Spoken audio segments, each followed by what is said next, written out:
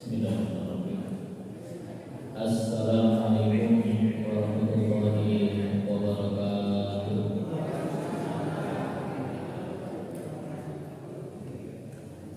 Alhamdulillah, alhamdulillahilladzi an'ama bi ni'matil iman wal islam wa arsyadana subul salam. Asyhadu an la ilaha illallah wahdahu la syarika lah wa asyhadu anna Muhammadan abduhu wa rasuluh. Allahumma shalli wa sallim ala nabiyyina Muhammadin wa ala alihi wa sahbihi ajma'in, amma ba'du. Bapak Ibu jamaah salat maghrib yang diberkahi Allah, alhamdulillah pada kesempatan malam ini kita bisa hadir untuk pertama melaksanakan ibadah sholat maghrib berjamaah sembari usai kita sholat sunnah, sekaligus kita lanjutkan untuk mengaji, menelaah, memahami tentang kitab Sahih Bukhari. Habis-habis kalau kita kaji dari awal hingga perjalanannya waktu yang saat ini kita masuk pada urutan hadis ke-49.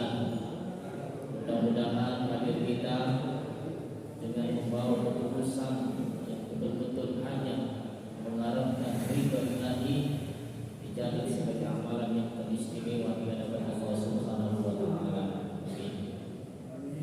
Salawat dan salam semoga tetap terlimpah kepada junjungan kita Rasul kita Muhammad sallallahu alaihi wasallam.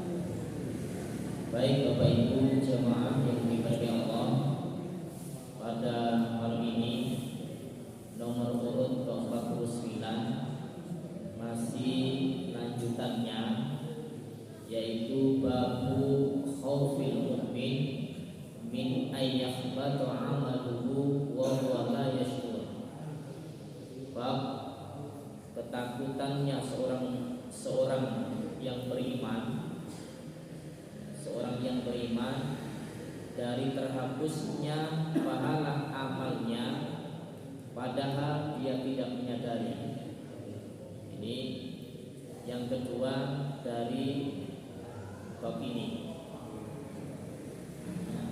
Hadis yang ditampilkan oleh Imam Bukhari yaitu akhbarana Qutaibah bin Sa'id, haddatsana Ismail bin Ja'far al-Humayd, haddatsani Anas bin Malik qala akhbarani Ubadah bin Samit anna Rasul sallallahu alaihi wasallam telah mengkabarkan kepada kami. Qutaibah bin Sa'id telah menggambarkan kepada kami Ismail bin Ja'far dari Humaid, dan telah mengkabarkan kepada kami Anas bin Malik. Ia berkata telah mengkabarkan kepada kami Ubadah bin Samit bahwasanya Rasul SAW kharaja yukhbiru bi lailatul qadar. Beliau keluar untuk mengkabarkan tentang Lailatul Qadar. Fatalaka rajulani minal muslimin, maka ada dua orang laki-laki muslim itu sedang berkelahi. Faqala, maka Rasul bilang, inni kharajtu li ukhbirakum bi Lailatul Qadar.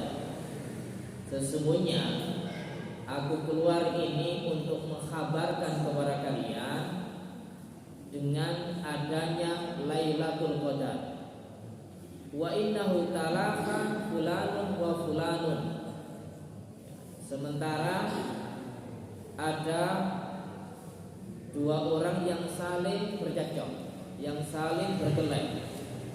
Farufi'at, maka diangkatlah. Artinya aku ingin menghabari kepada kalian tadi, aku lupa. Yang semestinya pasnya Lailatul Qadar itu kapan? ketika menghadapi dua orang yang berkelahi mau dikabarkan, ternyata Rasul lupa. Wasa ayakuna khairan, tapi Rasul bilang gini, semoga ya, kebaikan itu ada pada diri kalian.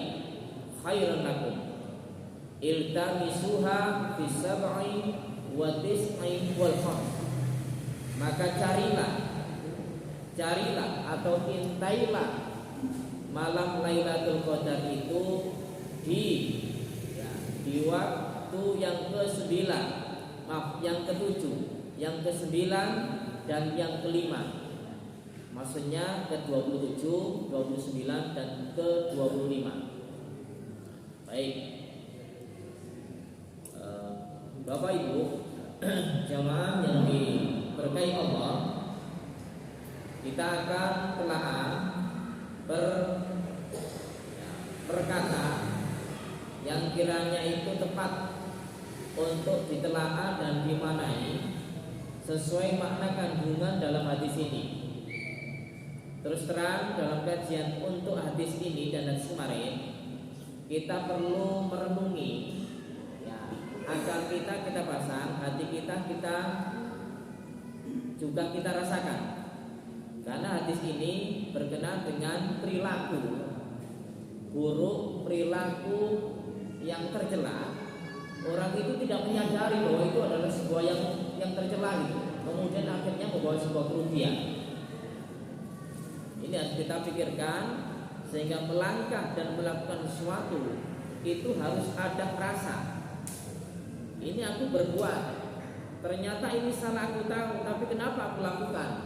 Maka efeknya adalah libas, hilang dari amal soleh yang semestinya itu mendapatkan pahala untuk kita, ternyata tidak ada. Ini yang perlu kita perhatikan. Baik, redaksi pertama, kharaja yukhbiru bi lailatul qadar. Rasul keluar ini ingin mengkhabarkan tentang waktu Lailatul Qadar. Keluar dari rumah beliau menuju masjid, karena di sampingnya itu adalah rumah beliau, kemudian langsung masjid. Keluar dari rumahnya ya, ingin mengkabarkan waktu terjadinya malam Lailatul Qadar.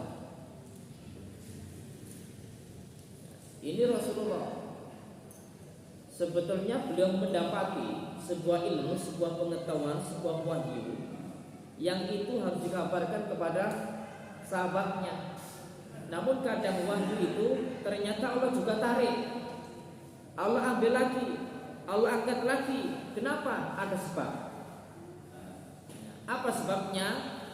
Fatalaha ya.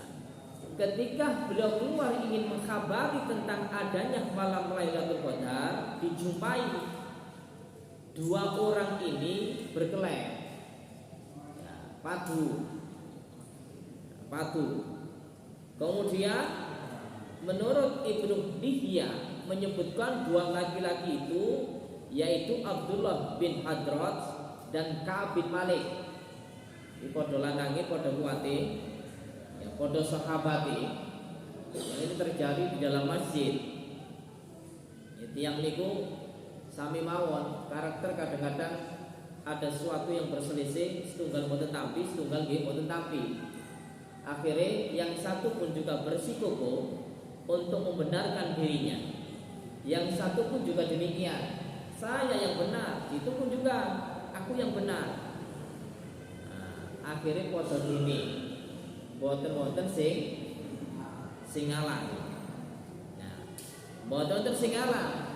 Akhirnya Rasul kajengi maringi kabar kalau wau farufiat. Ya farufiat. Maka diangkatlah, yakni diangkat dari ingatanku tentang penetapan malam Lailatul Qadar. Jadi semestinya tadi Rasulullah itu dapat ilmu, dapat wahyu untuk aku kabarkan tentang malam Lailatul Qadar itu ini gitu. Gara-gara ada orang gue, gara-gara ada orang cekcok. Nah, orang cekcok maka gak jadi. Allah angkat, Allah ambil, Allah cabut. Maka Rasul dilalaikan. Nah, gak sida bahasa ngoten. Gak sida. Faja'a rajulani yahtaqan. Ini di riwayat Muslim. Tiba-tiba datanglah dua orang laki-laki yang sedang bertengkar. Rasul medal begini dia melebut masjid, ternyata ada dua orang datang langsung ilo-iloan padu. Niku wis eco-eco, betul kesaenan. Ternyata sing didepi niku mboten sae. Niki mangke perang antar kebaikan dan keburukan. Kemudian masing-masing keduanya mengklaim dirinya lah yang paling benar. Kemudian Rasul bersabda, ma'ahu masyaiton fanasituha. Keduanya itu adalah setan. Artinya dua orang itu didampingi, diiringi ya oleh setan. Akhirnya aku lali, aku lalai. Yang semestinya aku tadi menyampaikan kepada orang ini, ternyata gara-gara cekcok, gara-gara setan ada, maka diangkat apa yang aku sampaikan tadi. Nah inilah Bapak Ibu, ketika ada sebuah kebaikan dan ada sebuah kejahatan, maka tidak bisa gitu, tidak bisa. Karena juga melihat bobotnya, kebaikan ini seberat apa, keburukan ini seberat apa. Karena keburukan ini besar, maka kebaikan yang semestinya tadi menghilangkan sebuah kejahatan tak mampu, sehingga justru kebaikannya hilang dan terangkat. Terus terang mawon kados teknik beliau kita. Ya, beliau kita itu nek kapane lingkungan keluarga niku sae. Terus terang malaikat niku purun mlebet. Seruput mawon malaikat. Dongakno wong sing ana penduduk rumah ini. Keranten wong api-api, malaikat seneng mlebet dongakne nalika penduduk rumah ini baik. Tapi nek kapan sebaliknya, ya, sebaliknya rumah itu isinya adalah kemaksiatan, malaikat tidak akan mau untuk masuk. Maksudnya gitu. Jadi seandainya kebaikan yang semestinya dibawa oleh malaikat untuk dimasukkan ke dalam rumah ini, ternyata di situ ada kemaksiatan, maka malaikat tidak akan mau masuk. Nah, contohnya Rasul itu wonten griya. Ternyata badhe rawuh malaikat. Tapi malaikat itu ternyata tidak mau masuk. Tidak mau masuk dan tidak hadir. Artinya sudah tahu apa penyebabnya malaikat ini tidak hadir ke rumahku. Ternyata dicek. Dene leben niku wonten anjing. Wonten anjing. Akhirnya anjing kula didalaken. Mantu didalaken malaikat masuk. Dipun tanglutkan Rasul. Malaikat kenapa kok tidak ada betul? Apa jawab malaikat? Di rumah itu, ya, di rumah yang kau tempati itu ada anjing. Ketika anjing itu sudah kau keluarkan, aku mau masuk. Nah, itu kalau rumah ada isinya anjing. Yang kedua, malaikat tidak akan masuk dan setan itu juga akan menguasai bila mana rumah itu ada patung. Ada patung. Nah, ini sangat-sangat penting. Kalau di sini sih agak,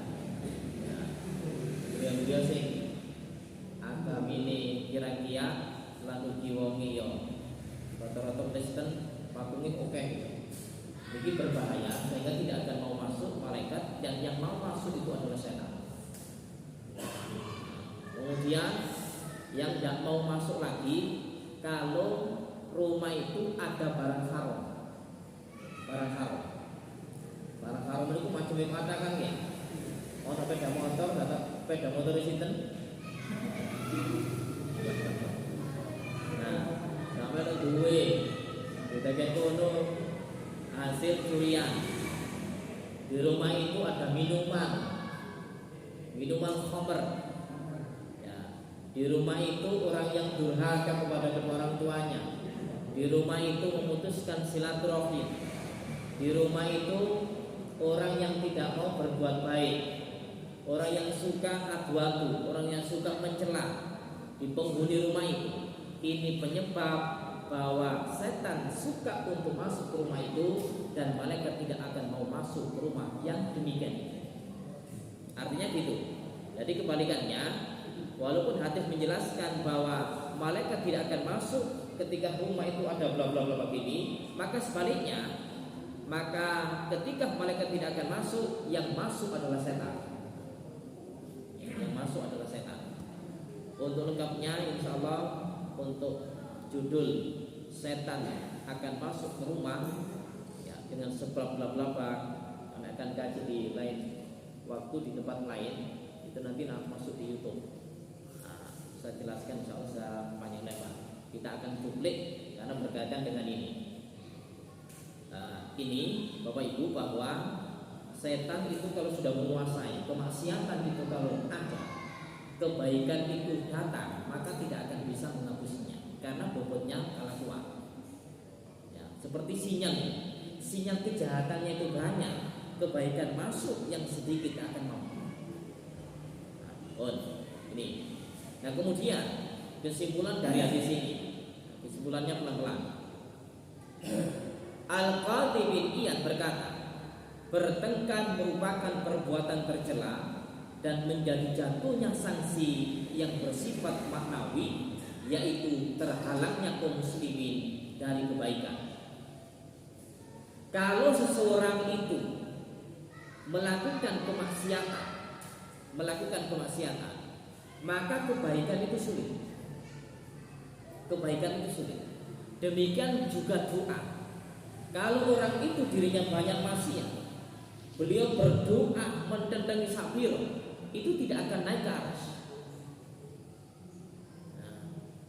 Jadi orang itu berdoa itu harus dikoreksi. Ada sesuatu yang buruk, ada sesuatu yang tercela pada diri aku, pada diriku, sehingga doa itu gak mudah gara-gara omong. Makanya Ustaz Adi Hidayat nerangkannya itu luar biasa, begitu detailnya. Ketika doa itu tidak terkabul, ini gara-gara sebuah kesalahan yang ada pada dirinya, yang itu dianggap ringan kemudian melekat terus. Dan kalau sudah melekat, doa kebaikan untuk memanjatkan minta kepada Allah tidak akan naik. Sehingga intinya, ketika orang itu ingin mendapatkan sebuah keberkahan dan kebaikan, itu harus dirinya baik dulu. Dan tidak ada istilah orang itu kebetulan dan tepat-tepatan. Maksudnya masih aku melakukan Allah. Nek kapan Gusti Allah melakukan, nek kapan Gusti Allah itu maring aku kebaikan, berarti lapor, mboten saged. Jadi detail urusannya untuk mendapatkan kebaikan itu harus digerus, untuk diri kita itu harus melakukan kebaikan. Tidak bisa hidup itu wis sakarepe dhewe kemudian nanti ada kebaikan untukmu, Gusti Allah yang mengatur. Tidak. Kalau kita menginginkan sebuah kebaikan, maka kita harus baik dulu. Kalau kita itu tidak baik, maka jangan harapkan kita akan mendapatkan sebuah kebaikan. Makanya baik balas baik, buruk dibalas buruk. Sehingga apa? Terus terang kita tidak terlepas dari sebuah kebaikan keburukan. Maka Rasul sudah mengatakan, ittaqillaha haitsuma kunta wa atbi'is sayyi'atal hasanah. Takutlah kalian, ya. Takutlah kalian, ittaqillaha haitsuma kunta, takutlah kalian kepada Allah dimanapun kalian berada. Wa atbi'is sayyi'atal hasanah, dan ikuti ketika engkau melakukan kejahatan, segera untuk berbuat baik agar tertutupi. Kalau itu melakukan kejahatan kemudian dibiarkan, tidak melakukan kebaikan, maka dosa itu akan menumpuk. Sulit untuk membongkar kebaikan, akan naiknya doa kita gara-gara kejahatan itu semakin menumpuk. Ya, intinya balik dumateng kita piyambak-piyambak. Nalika kita niku kepingin sae, oleh sae, pahala di hadapan Allah pun juga ada, maka harus melakukan sebuah aktivitas yang baik juga. Nih, ini kesimpulan yang pertama. Yang kedua, keberkahan dan kebaikan akan terangkat di tempat-tempat yang diisi oleh setan. kebaikan itu tidak akan dirasakan, didapati kalau di situ ada sebuah percekcokan, sebuah kejahatan, ya, atau setan yang melingkupi pada diri orang itu, sehingga keberkahan itu akan hilang.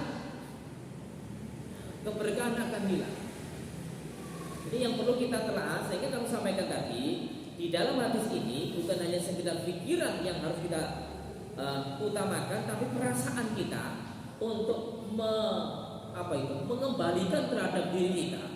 Sudah baikkah kita itu akan mendapatkan sebuah keberkahan. Kalau belum baik, jangan diharapkan hidup kita itu akan berkah. Ini keberkahan dan kebaikan akan berangkat di tempat-tempat yang diisi oleh setan. Makanya kalau sampai ada nek kapan guyon niku isi setan doa. Monggo kebaikan boten saged mlebet. Gampangane ngoten. Iki rumus. Nek kapan wong apik ya oleh apik, nek kapan ala ya oleh ala.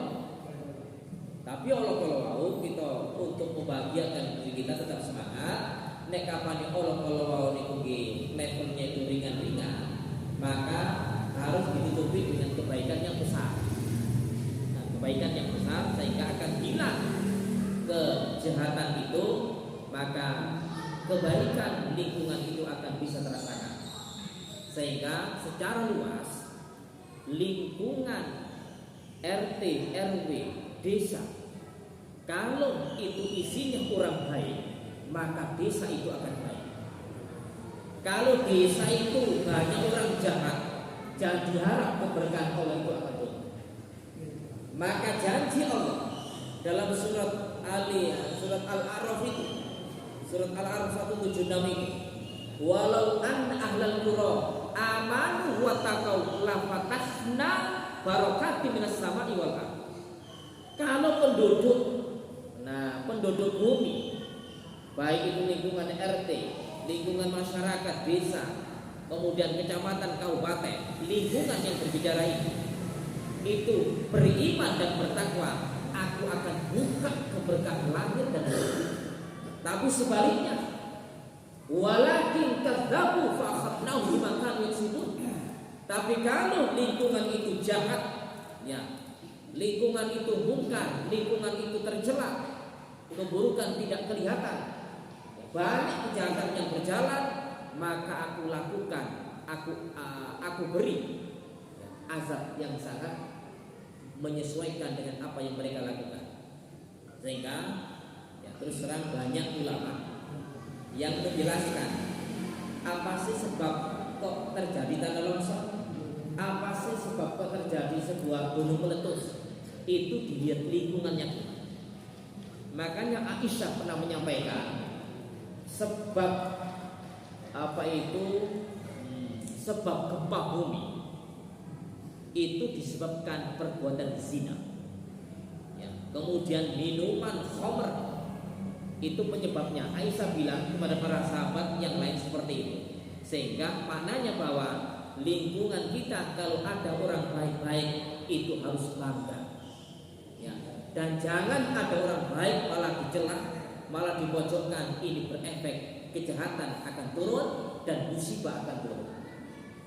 Sehingga keseimbangan hidup ini, kalau banyak orang baiknya nyaman, tapi kalau orang buruknya itu lebih banyak, maka jangan diharap lingkungan itu akan barokah.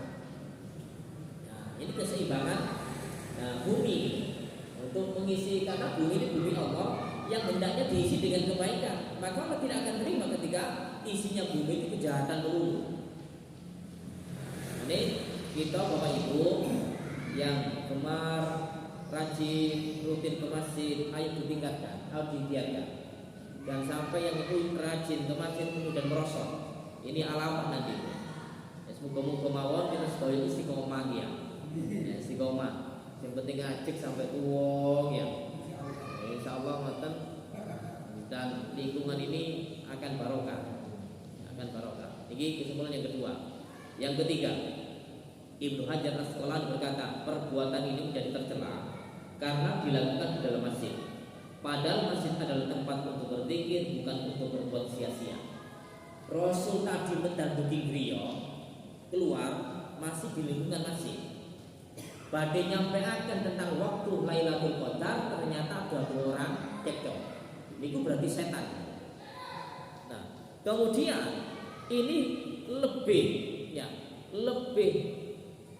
dimurkai, lebih mendatangkan amarah Allah ketika di tempat mulia itu dibuat kejahatan. Nah, ini makanya harus pakai perasaan juga.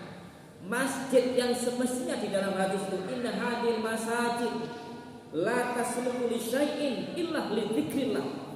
Sesungguhnya masjid-masjid itu tidak pantas untuk sesuatu minal baul wal qadar, untuk pipis, untuk barang kotor. Itu tidak pantas untuk masuk masjid. Kenapa? Innama hiya, karena masjid-masjid itu li dzikrillah, untuk mengingat Allah, wa tasbih dan bertasbih, wa qiraatul Quran dan baca Quran. Isinya kebaikan kemudian dicampur dengan kejahatan yang lebih besar, alamat masjid itu akan rusak. Makanya orang tidak berakhlak, orang tidak beradab kalau masjid itu buat drong-drongan, buat nyanyi-nyanyian. Ini yang sangat-sangat tidak beradab. Di Jember 3 bulan yang lalu, jadi kan bisa lihat YouTube. Itu buat untuk mahasiswa baru di universitas apa itu, ada di YouTube ini. Ternyata untuk pengenalan mahasiswa baru joget-joget di juru masjid, joget-joget. Makanya dikecam oleh para umat Islam, orang-orang yang memperhatikan tentang semestinya fungsi masjid itu tidak digunakan sebagaimana hadis Rasulullah. Sehingga hal ini Bapak Ibu terus terang dibuat untuk zikir, dibuat untuk berbuat baik. Maka kebaikan itu banyak macamnya. Rasulullah dulu itu justru masjid itu juga dibuat untuk singgahnya orang-orang yang tidak mampu. Yang istilah di dalam hadis itu disebut dengan ahli sufa. Ahli sufa itu tidak sedikit 10-20 orang, tidak. Itu jumlahnya sampai 400. Turunnya surah Al-Baqarah 273 ini. 400 orang ditampung di Masjid Nabawi, di terasnya, di dalamnya. Itu orang-orang yang tidak punya pekerjaan, orang-orang yang memang tujuannya untuk berjihad, tapi tidak ingin untuk meminta-minta kepada orang lain. Ini luar biasanya ahli sufa ini.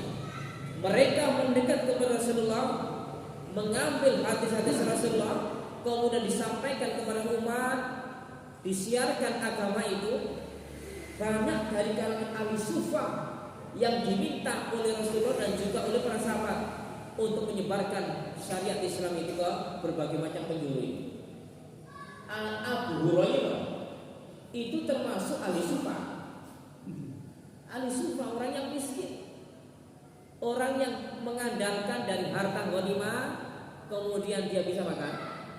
Orang yang mengandalkan orang-orang yang kaya, yang wajib untuk berikan santunannya, kemudian dinikmati, karena mereka tidak punya kemampuan, tidak punya skill untuk bisa bekerja, tidak punya modal, wis kosong di rumah. Akhirnya di masjid panggilan Rasul mengasisi, sehingga pun sampai kaget nek kapane ono masjid itu gone wong turu, tujuan untuk kebaikan.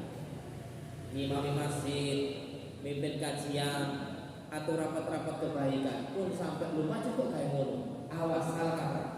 Zaman Rasulullah justru persilahkan orang-orang yang tidak mampu tapi untuk kebaikan gitu. Makanya Rasulullah itu diambil hadisnya oleh Abu Hurairah. Beliau adalah ahli sufa, menyebarkan apa yang disampaikan Rasulullah kepada siapapun. Nah, oleh karena itu Bapak Ibu, masjid lagi-lagi masjid zaman Rasulullah juga ditempati oleh ahli sufa. Maka masjid-masjid yang ada di lingkungan yang mungkin Tanggulang itu tetap menampung mahasiswa, jumlahnya 7, tempo waktu yang disiarkan itu 7. Tujuannya itu apa? Bisa mengimami, bisa kultum, bisa pidato, bisa ceramah. Oleh karena itu, alhamdulillah seumpama ada orang yang mampu mensyiarkan syariat Islam kemudian tinggal di masjid, jangan sampai tambah hatinya, nah belum masjid kok kayak ini, maaf mungkin belum tahu ilmunya. Oleh karena itu kami sampaikan secara terang-terangan, secara keseluruhan, sehingga semuanya pada paham. Ya, semuanya pada paham. Mengapa sih kami langsung meng-ACC seandainya ada orang tidur kemudian tujuannya pun juga baik, maka itu melihat bagaimana Rasulullah SAW memfungsikan masjid yang semestinya. Nah, ini masjid neka usai, tapi sebaliknya dibuat kejahatan, hati-hati, hukum itu akan berjalan dengan segera. Bon. Yang berikutnya 4, pertengkaran itu juga dilakukan pada waktu yang dikhususkan untuk berzikir, yaitu bulan Ramadan. Artinya ya, dari Rasulullah dan beliau kalau ngabarakan kan tentang Lailatul Qadar. Lah Lailatul Qadar itu di bulan Ramadan. Rasul ngabarakan di bulan Ramadan. Lah cecoke padune tiyang kali kalau siji ana nggon tempat kuliah masjid, nomor loro ana waktu sing kuliah yaitu bulan Ramadan. Makanya nek posoan bulan Ramadan, ayo dimpet atine. Bisa. Halo? Dimpet pikirane, dimpet nafsune. Ya, makanya Ramadan itu akan bisa dapat nilai pahala yang semaksimal nalika kita cukup kuat menahan makan minum kemudian nafsu yang juga terpenting itu, karena pahala itu dari situ. Tidak hanya sekedar kuat makan, tidak makan, tidak minum. Kalau kuat makan, tidak makan sih maklum banyak. Kemudian kuat tidak minum, artinya nggak makan, nggak minum dalam sehari itu. Tapi yang turun di nafsu yang mengakibatkan gugurnya pahala itu. Sebab itu di waktu yang mulia, di tempat yang mulia, ayo kita sama-sama memfungsikan kegiatan yang mulia juga. Ya. Selanjutnya 5, pertengkaran itu menimbulkan sebuah gaduh. Padahal meninggikan suara di hadapan Nabi merupakan perbuatan yang terlarang berdasarkan firman Allah.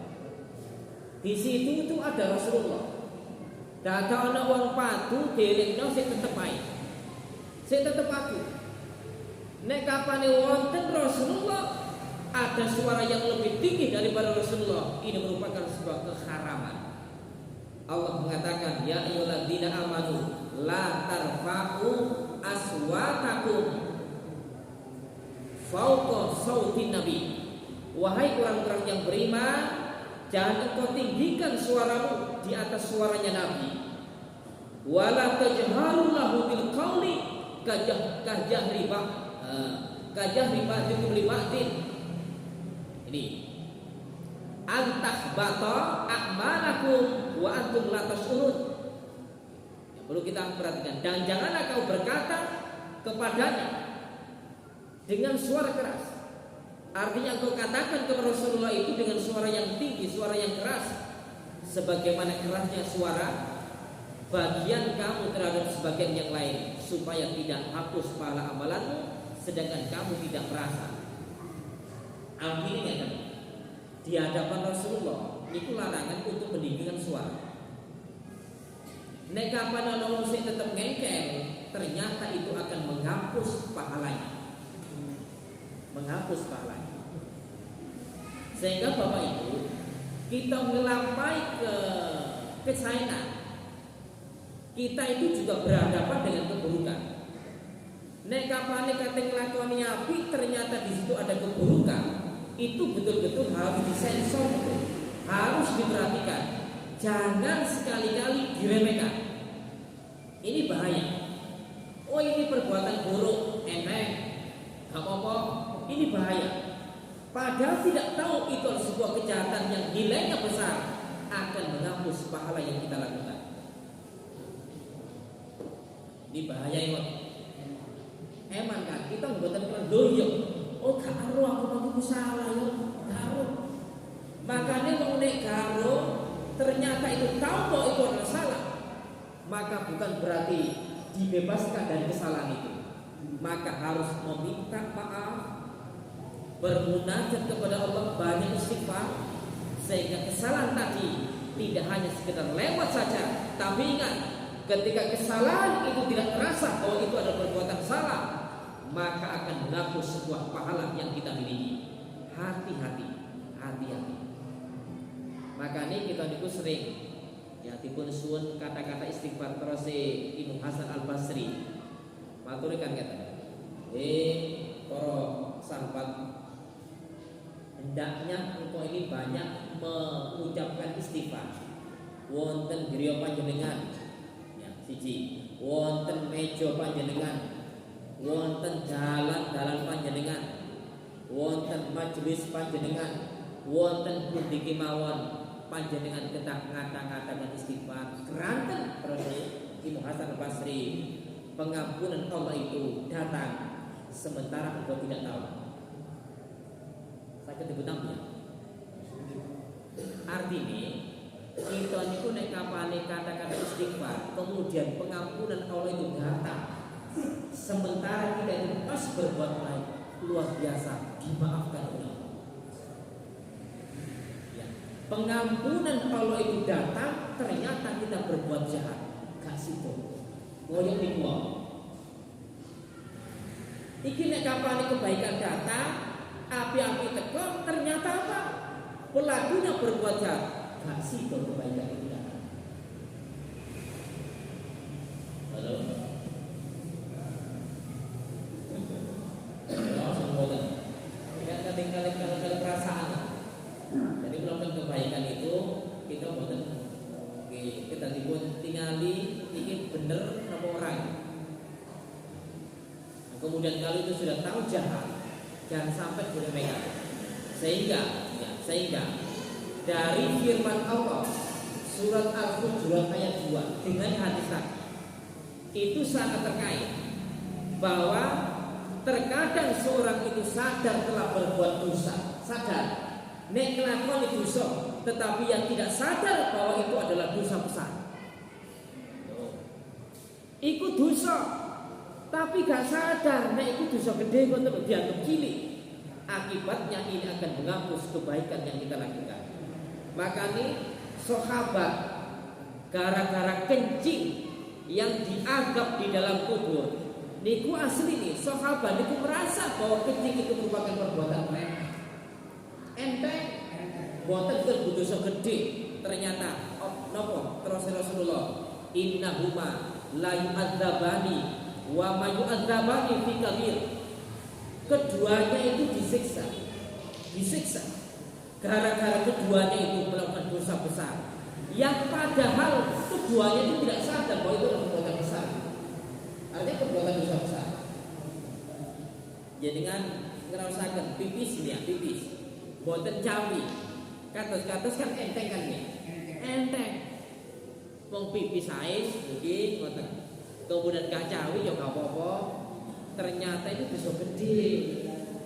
Maka ternyata pelakunya itu disiksa gara-gara melakukan perbuatan yang itu tidak sadar bahwa itu adalah perbuatan dosa besar.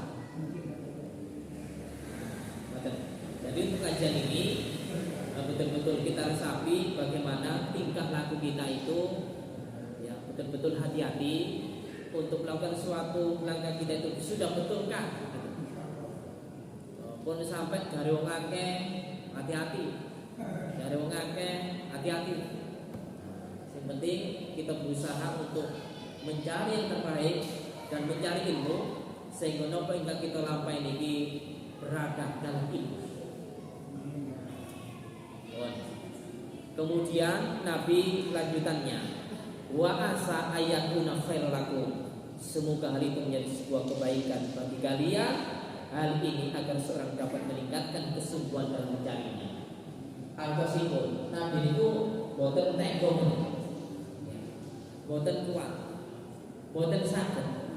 Nek kapane ana wong ya nglakoni dosa wis babah boten.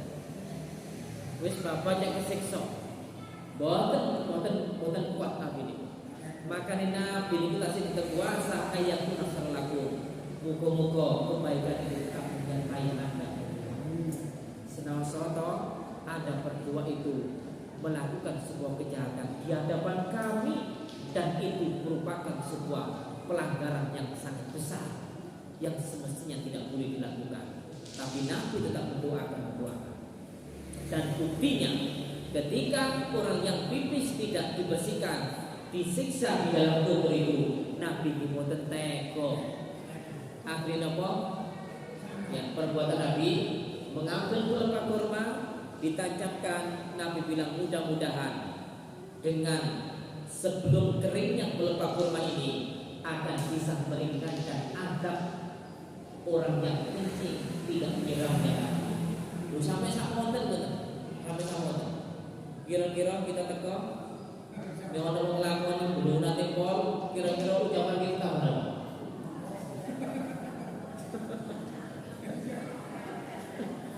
Wes bapak wes kampung,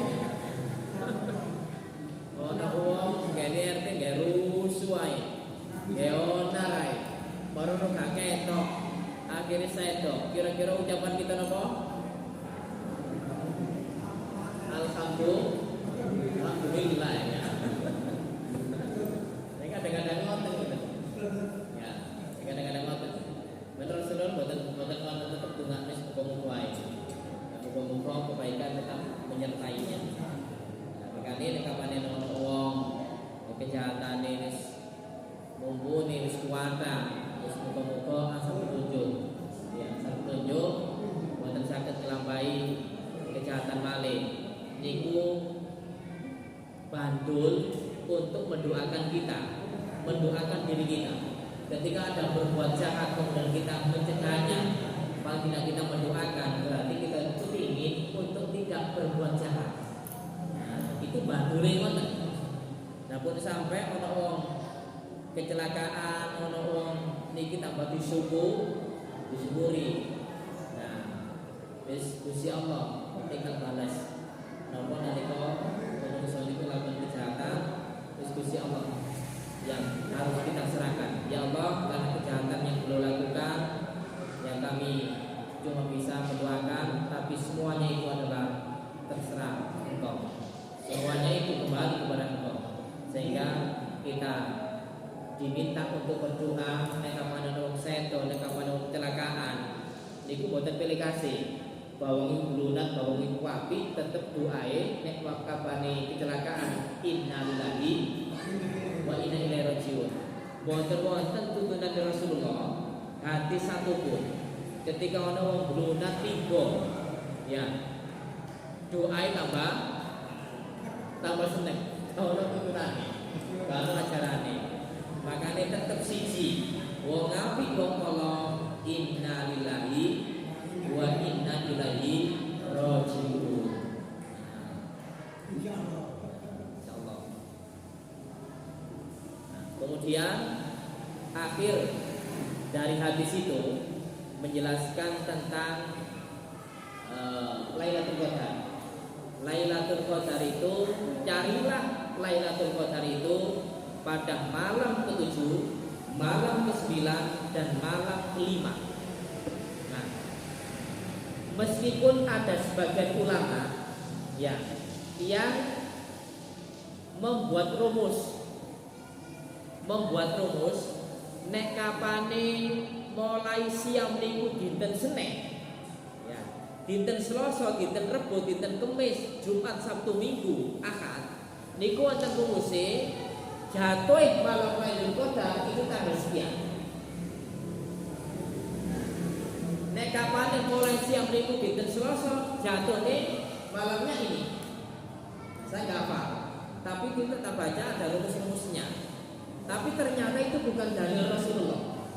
Malah Ibnu Hajar al-Asqalani pensarah hadis mengatakan malam Lailatul Qadar yang paling cocok, yang paling tepat itu adalah carilah malam-malam ganjil di 10 malam yang terakhir.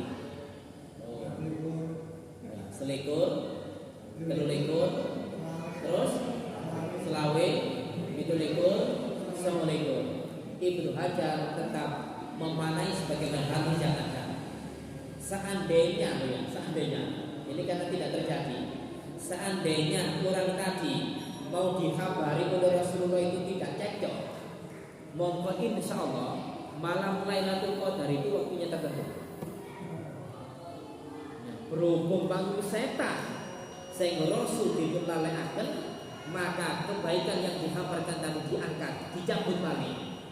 Akhirnya yang terbuka itu adalah malam 21, 23, 25, 27, 29. Itu harus kita rebut bersungguh-sungguh karena sampai hari kiamat malam Lailatul Qadar itu tetap ada. Muka-muka Ramadan yang sebentar lagi hadir di hadapan kita diberikan kesempatan untuk bisa melaksanakannya. Kesehatan, rezeki lancar, niki maki insyaallah dalam waktu yang akan datang cepat atau lambat ada sebagian saudara-saudara kita yang mengambil infak sedekah, menyebarkan sirkuler untuk infak panjenengan sebagai upaya melaksanakan kajian sebelum berbuka, melaksanakan berbuka dikala tiba waktu berbuka, sehingga masjid akan semakin ramai. Maka kita sudah pikirkan bagaimana Ramadan tiba dan kita berdoa ulang waktu alim, muga-muga kita tetap dipun paringi wedal usia untuk bisa melaksanakan puasa Ramadan yang akan datang. Amin ya rabbal alamin. Makanan ingin saya ketemu sampaikan muga-muga bermanfaat kan kita sedoyo. Akhir kalam kita tutup